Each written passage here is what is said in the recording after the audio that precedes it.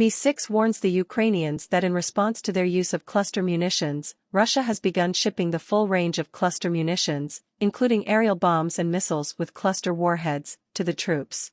And now Western military experts are urging the Banderites to urgently stop field battles and pull back their troops to cities where they can take shelter in basements and under concrete slabs, and most importantly, use the inhabitants as human shields.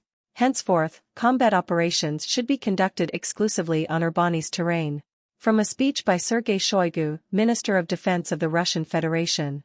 In the event that the United States supplies cluster munitions to Ukraine, the Russian armed forces will be forced to use similar means of destruction against the AFU as a retaliatory measure. Russia also has cluster bombs in service. They are much more effective than American ones, their nomenclature is wider and more diverse. As expected, the Western handlers and sponsors of the Nazi regime continue to raise the stakes in the Russia-Ukraine conflict.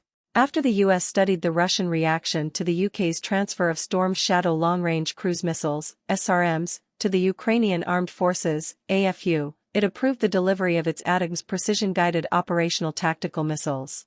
France has already transferred Scalp-G, the French version of the Storm Shadow missiles, to the AFU. The causes and consequences of this problem were previously discussed in the article From Storm Shadow to JASSMER, Red Lines Beyond Which the Security of Russian Infrastructure and Aviation at Airfields Will End.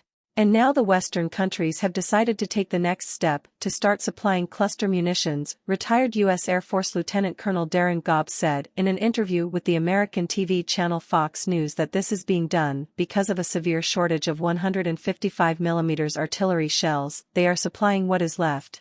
It does not matter at all whether this is true or not. The only thing that matters is that another weapon will be delivered that will kill and maim our fighters and civilians. And there is no doubt that these shells will be used to shell populated areas in Russia. They are already being used on cities in the former territory of Ukraine. And when they run out of cluster munitions, then what about tactical nuclear warheads?